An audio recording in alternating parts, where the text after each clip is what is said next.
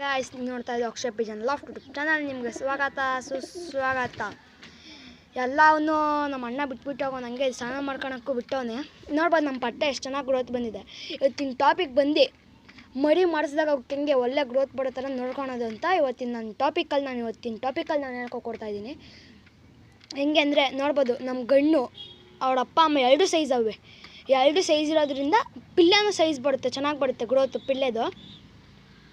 ಆಮೇಲಿಂದ ಒಬ್ಬೊಬ್ರು ಏನು ಮಾಡ್ತಾರೆ ಅಂದರೆ ತಪ್ಪು, ಸುಮ್ಮನೆ ಅವಳ ಅಪ್ಪ ಅಮ್ಮನೂ ಕರೆಕ್ಟಾಗಿರುತ್ತೆ, ಪಿಲ್ಲೆನೂ ಚೆನ್ನಾಗಿ ಬಂದಿರುತ್ತೆ, ಆದರೆ ಅವ್ಳ ಗೂಡೊಳಗಡೆ ಮೇವಿಕ್ಕಲ್ಲ. ಅಂಥ ಟೈಮಲ್ಲಿ ಅಕ್ಕಿ ಇರ್ತಾವಲ್ಲ ಅದ್ರ ಪಿಲ್ಲೆಲ್ಲಿ ಸಾಯ್ಬೋದು. ಅಂದರೆ ಮೇವು ತಿನ್ನಿಸಿದೆ ಹಂಗೆ ಹೊಟ್ಟೆ ಹಸುಕ್ಕೆ ಸತ್ತೋತವೆ, ಅದರಿಂದ ಅರ್ಧ ಸಾಯ್ತವೆ. ಆಮೇಲಿಂದ ಸ್ವಲ್ಪ ನಾವು ಒಂದು 15 ಡೇಸ್ ಆದಮೇಲೆ ನಾವೇ ಸ್ವಲ್ಪ ಫೀಡಿಂಗ್ ಮಾಡಬೇಕು ಪಿಲ್ಲಿಗೆ. ಅಂದರೆ ಕಡಲೆಕಾಳು ಆ ಥರ ಹೊಡೆಯೋದು. ಇಂಥ ಪಿಲ್ಲಿಗೆ ಒಂದು 20 ಕಡಲೆಕಾಳು ಹೊಡೆದಬೇಕು ಗಾಯ್ಸ್. ಆದರೆ ಅವಳ ಅಪ್ಪ ಅಮ್ಮ ಎರಡು ಹೆಲ್ದಿ ಆಗವೆ ಅಂದರೆ ಪಿಲ್ಲೆನೂ ಹೆಲ್ದಿ ಆಗಿಬಿಡುತ್ತೆ. ಹುಟ್ಟೋ ಪಿಲ್ಲೆ ಚೆನ್ನಾಗಿರುತ್ತೆ ಹೆಲ್ದಿಯಾಗಿ.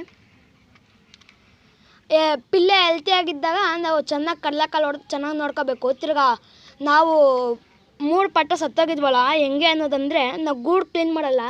ಪಿಲ್ಲೆಗೆ ಒಂದು 3 ದಿವಸಕ್ಕೆ 4 ದಿವಸಕ್ಕೆ ಗೂಡು ಕ್ಲೀನ್ ಮಾಡಿಬಿಡಿ. ಯಾಕೆಂದರೆ ಜಾಸ್ತಿ ಕಸರೆ ಇರುತ್ತಲ್ಲ, ಪಿಲ್ಲೆ ಬೇಡ ಜಾಸ್ತಿ ಹೇಳುತ್ತೆ. ಆವಾಗ ಒಂದು 3-4 ದಿವಸ ಆದಮೇಲೆ ಡೈಲಿ ಕ್ಲೀನ್ ಮಾಡ್ಕೊಂಡೋಗಿ ಸ್ವಲ್ಪ ಹುಲ್ಲಾಕಿ ಕೆಳಗಡೆ. ನೋಡ್ಬೋದು ಏನು ಸಖತ್ತಾಗಿದೆ ಪಿಲ್ಲೆ, ಒಳ್ಳೆ ಗ್ರೋತ್ ಇದೆ.